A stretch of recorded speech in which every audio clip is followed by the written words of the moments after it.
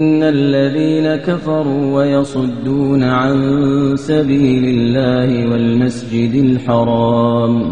والمسجد الحرام الذي جعلناه للناس سواء العاكف فيه والباد ومن يرد فيه بإلحاد بظلم نذقه من عذاب أليم. وإذ بوأنا لإبراهيم مكان البيت ألا تشرك بي شيئا وطهر بيتي للطائفين والقائمين والركع السجود. وأذن في الناس بالحج يأتوك رجالا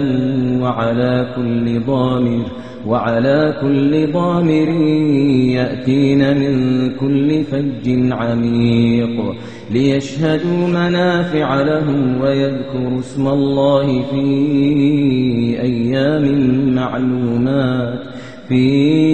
أيام معلومات على ما رزقهم من بهيمة الأنعام فكلوا منها وأطعموا البائس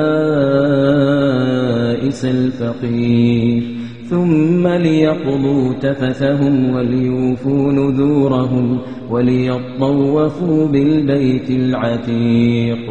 ذلك ومن يعظم حرمات الله فهو خير له عند ربه.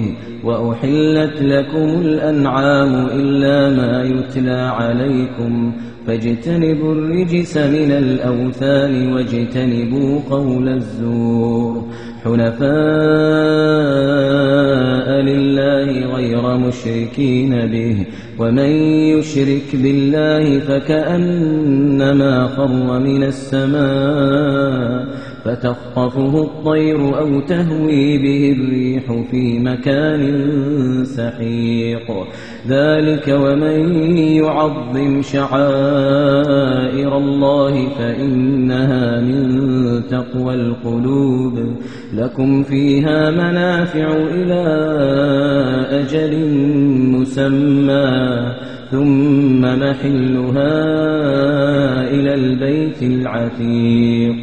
ولكل أمة جعلنا منسكا ليذكروا اسم الله على ما رزقهم من بهيمة الأنعام فإلهكم إله واحد فله أسلموا وبشر المخبتين الذين إذا ذكر الله وجلت قلوبهم والصابرين على ما أصابهم والمقيم الصلاة ومما رزقناهم ينفقون. والبدن جعلناها لكم من شعائر الله لكم فيها خير فاذكروا اسم الله عليها صواف